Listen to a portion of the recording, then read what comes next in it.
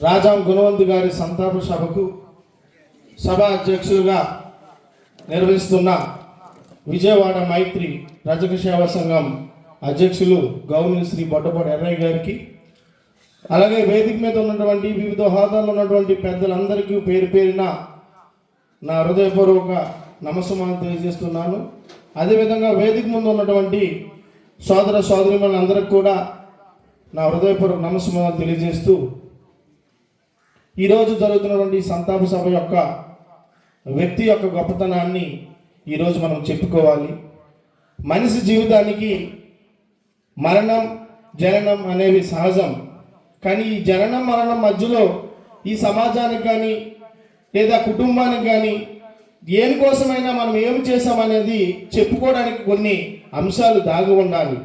డబ్బు అనేది శాశ్వతం కాదు, ఆస్తి అనేది శాశ్వతం కాదు. ఖచ్చితంగా చేసిన సేవే శాశ్వతం. ఈరోజు రాజాం గుణవంతు గారు భౌతికంగా మన మధ్యలో లేకపోయినా ఆయన బొడ్డపాడు రజక సంఘం చేసినటువంటి అభివృద్ధిలో ఉంటారు ఆయన ఎల్లప్పుడూ. ఈరోజు కనిపిస్తున్న ఈ బిల్డింగ్, కమ్యూనిటీ హాల్ కానీ, ఇంటింటికి మంచినీరు కానీ ఆయన పాలక పక్షాలతో దెబ్బలాడి ఖచ్చితంగా మా గ్రామానికి మా కులానికి ఇవి కావాలి అని దెబ్బలాడి తెచ్చిన దాంట్లో ప్రాముఖ్యంగా ఉన్నటువంటి పాత్ర. ఆయన కోసం పాలక పక్షాలు చెప్పుకుంటా ఎక్కడికి వెళ్ళినా సరే గుణవంతు గారు ఎప్పుడు కూడా మీరు కుటుంబం కోసం ఏమీ అడగరు, ఎప్పుడు గ్రామము కులమే అంటామని నా ఎదురుగా 4-5 సార్లు పాలకపక్ష ప్రతినిధులు ప్రశంసించినటువంటి అంశాలు ఎన్నో సందర్భాలు ఉన్నాయి. వ్యక్తిగత స్వావలంబన తక్కువ, వ్యక్తిగత ఆశ తక్కువ. ఖచ్చితంగా సమాజానికి ఉపయోగపడాలి, గ్రామానికి ఉపయోగపడాలి, నా కులానికి ఉపయోగపడాలి అన్న ఆలోచన ఎప్పుడు ఉండేది. ఈ బిల్డింగ్కి భూదాతలు ఉన్నారు, దాన్ని డెవలప్మెంట్ ఎలా చేయాలి. మిగతా సంఘాలకు కూడా ఆర్థిక సహకారం ఉంది, కానీ దానికి ఇంకా ముందుకు సాగాలంటే పాలకపక్షం సహకారం అవసరం. ఆ సహకారంలో ఆయన యొక్క తీరు గొప్పతనం, అందరినీ ఏకతాటిపై తీసుకొచ్చి పార్టీలకు అతీతంగా రాజకీయాలకు అతీతంగా ఆయన చేసినటువంటి సేవ గొప్ప పరిణామంగా చెప్పుకోవచ్చు. అదేవిధంగా ఈ గ్రామ విషయంకి వస్తానికి నాటి నుండి ఇప్పుడు ప్రముఖులు చెప్పారు ఆయన తాలూగా సేవ తత్పరం, ఆయన యొక్క ఔన్నత్యం.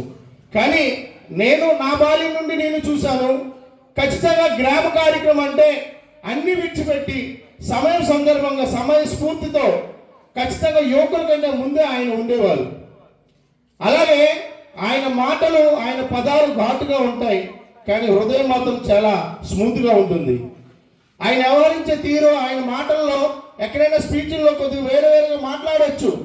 ఆయన మాటలు కొందరు హృదయాలకు తగులుతుంటాయి, కానీ మాటల్లో ఘాటుతనం కానీ ఆయన మనసుల్లో ఆయన ప్రవర్తనలో మంచితనం ఉంది. అది ఖచ్చితంగా నేను చూస్తున్నాను దగ్గరుండి. నాటి నుండి నేటి వరకు చాలామంది సెకండ్ పీరియడ్ అయిపోయాక మాకెందుకులా ఈ గ్రామం ఒకప్పుడు చేసాం సేవ, మేము ఇంటికే పరిమితం అయిపోతామని చాలామంది ఉంటారు. ఆయన చనిపోయిన స్టేజ్ వరకు కూడా గ్రామ కార్యక్రమంలో కానీ గ్రామ అభివృద్ధి కార్యక్రమంలో కానీ చాలా కీలక పాత్ర వ్యవహరించేవారు. అవి ఎప్పటికి కూడా గుర్తుంటాయి. ఈరోజు చెప్తున్నాము, ఖచ్చితంగా ఎవరికైనా సరే సమాజ సేవలో కీలక పాత్ర పోషిస్తే అది